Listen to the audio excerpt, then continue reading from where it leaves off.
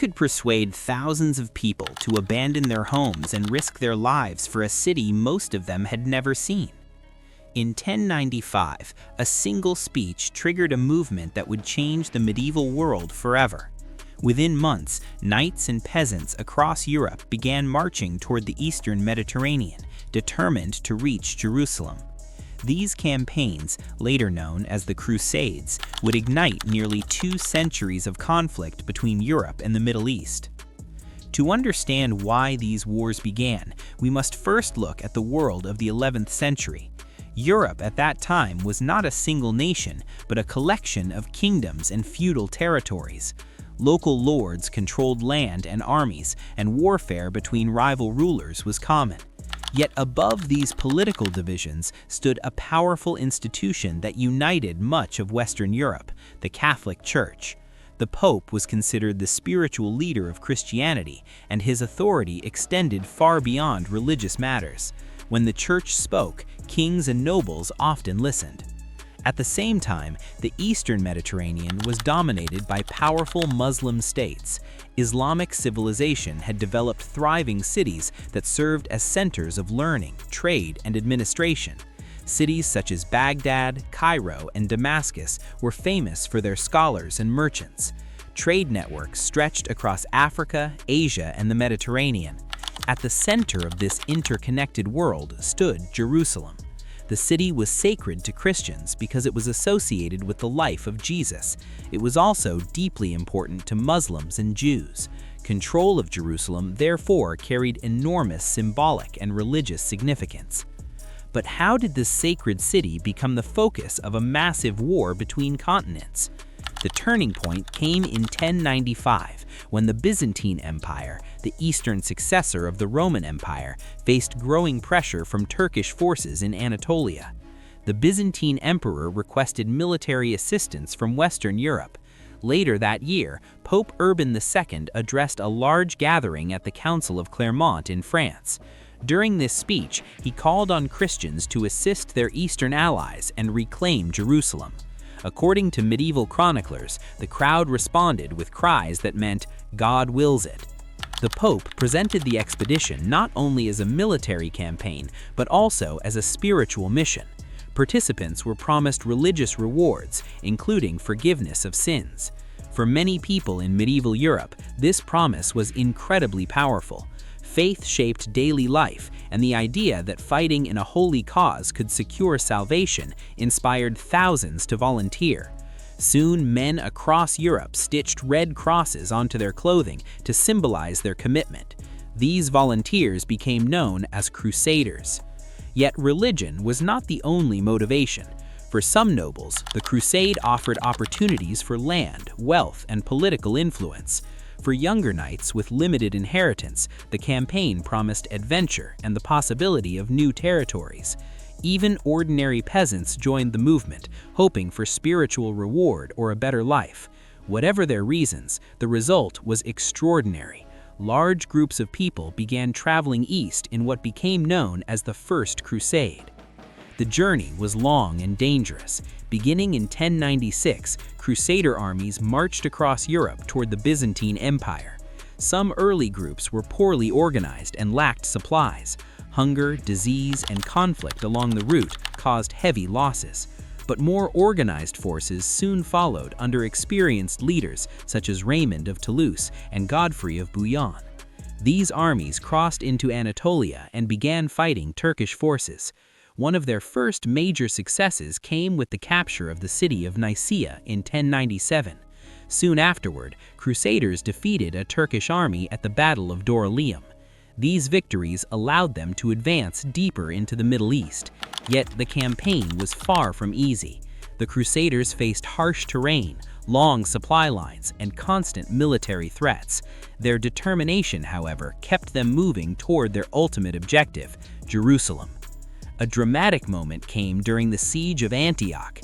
This large and heavily fortified city controlled a key route south toward Jerusalem.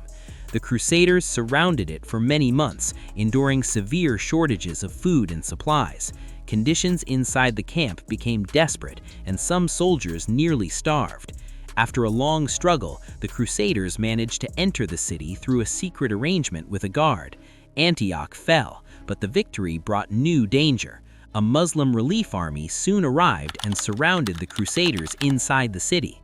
For a moment, it seemed the entire expedition might collapse, yet the Crusaders launched a bold counterattack and managed to defeat the besieging forces.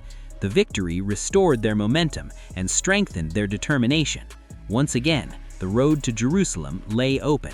In 1099, after years of marching and fighting, the Crusader armies finally reached Jerusalem. At that time, the city was controlled by the Fatimid Caliphate of Egypt. The Crusaders began a siege that lasted several weeks. Using wooden siege towers and ladders, they attempted to breach the city's walls. Eventually, in July 1099, they succeeded. Crusader forces entered Jerusalem after intense fighting. The capture of the city was violent and chaotic. Medieval accounts describe widespread killing during the conquest. For the Crusaders, however, the victory marked the fulfillment of their sacred mission. After the battle, they established several Christian states in the region. These territories included the Kingdom of Jerusalem, the County of Edessa, the Principality of Antioch, and the County of Tripoli. But the story did not end there. These Crusader states were small and surrounded by powerful Muslim territories. Maintaining control required constant defense and support from Europe. Reinforcements and settlers continued arriving from Western kingdoms, helping to strengthen the new states. At the same time, the region became an important center of trade. Merchants from Italian cities such as Venice and Genoa established commercial networks linking Europe with the Eastern Mediterranean.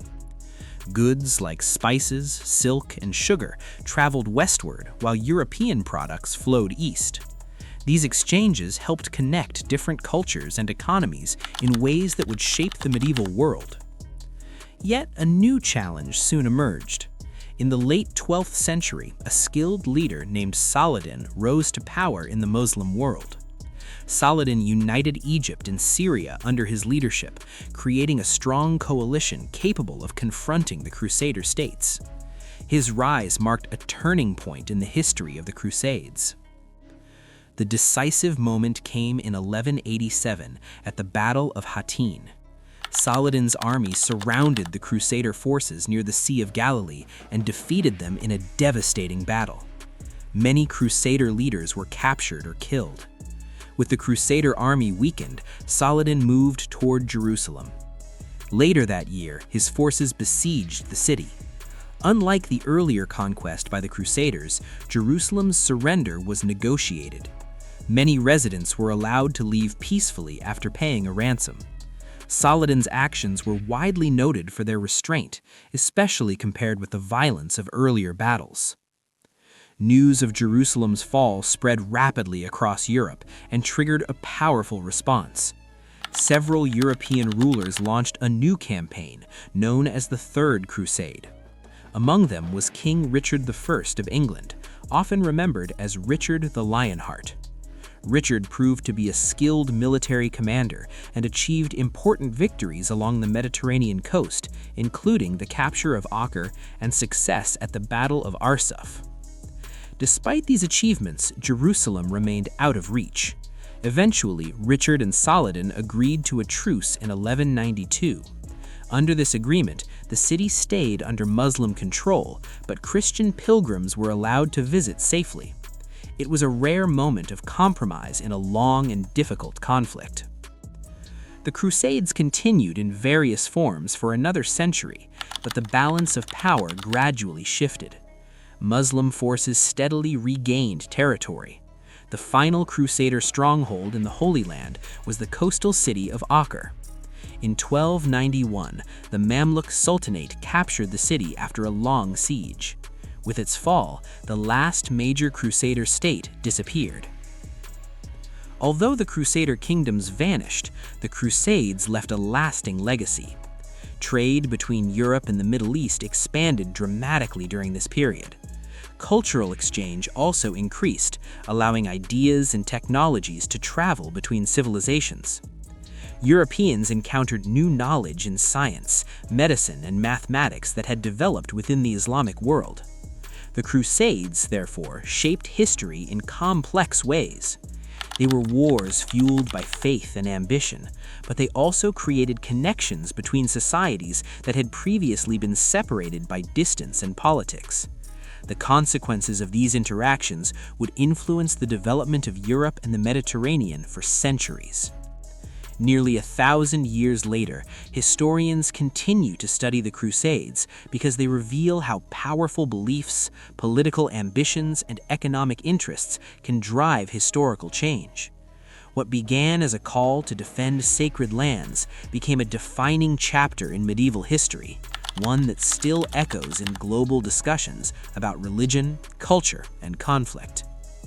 If you enjoyed learning about the dramatic events that shaped the Crusades, make sure to like the video and subscribe for more historical documentaries exploring ancient civilizations, legendary battles, and the discoveries that changed the world.